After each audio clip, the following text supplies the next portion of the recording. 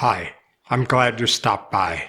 Please check out with me as we look at Matthew chapter 13, verse 44 through 50. Again, the kingdom of heaven is like unto a net that was cast into the sea and gathered of every kind, which, when it was full, they drew to shore, and sat down, and gathered the good into vessels, but cast the bad away. So shall it be at the end of the world. The angels shall come forth, and sever the wicked from among the just, and shall cast them into the furnace of fire. There shall be wailing and gnashing of teeth. We have learned many times that angels are used to represent people who are doing that activity shown by the angel. Is this so in this case? Thinking back to the lies of Satan, we will discover that those still holding to the counterfeit spirit of prophecy will believe that these angels of the text are going to be real angels doing that work. For surely it is not a work given to men. Let's see here. We're going to check out the truth from testimonies number 24. Sinners who are perishing for lack of knowledge must be left in ignorance and darkness, unless men shall carry to them the light of truth. God will not send angels from heaven to do the work which he has left for man. And now we take a look at the lie from the counterfeit spirit of prophecy. Review and Herald, December 15th, 1885. And it says, God will employ agencies whose origin man will be unable to discern. Angels will do a work which men might have had the blessing of accomplishing had they not neglected to answer the claims of God. The angels will not be doing the work of severing the wicked from among the just. Looking at this a little closer, we find where God put a definition for the word sever. Let's go to Exodus chapter 8 and verse 22 and 23. And I will sever in that day the land of Goshen in which my people dwell, that no swarms of flies shall be there, to the end thou mayest know that I am the Lord in the midst of the earth.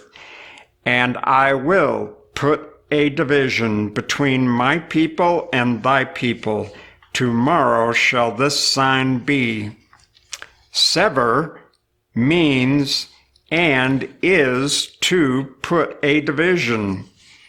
How many times have you sat in a church meeting and wished you could put a division between those who really want to follow Christ and those who say in their heart, we will not have this man to reign over us? Here is the correct understanding of these things and who is to do this work. We look at testimonies number 23 in the Authentic, and we find page 8.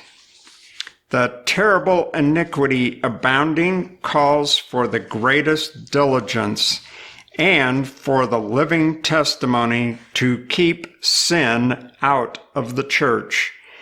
Faith has been decreasing to a fearful degree. Faith can only increase by exercise. And moving then forward to page 97 in the same testimony.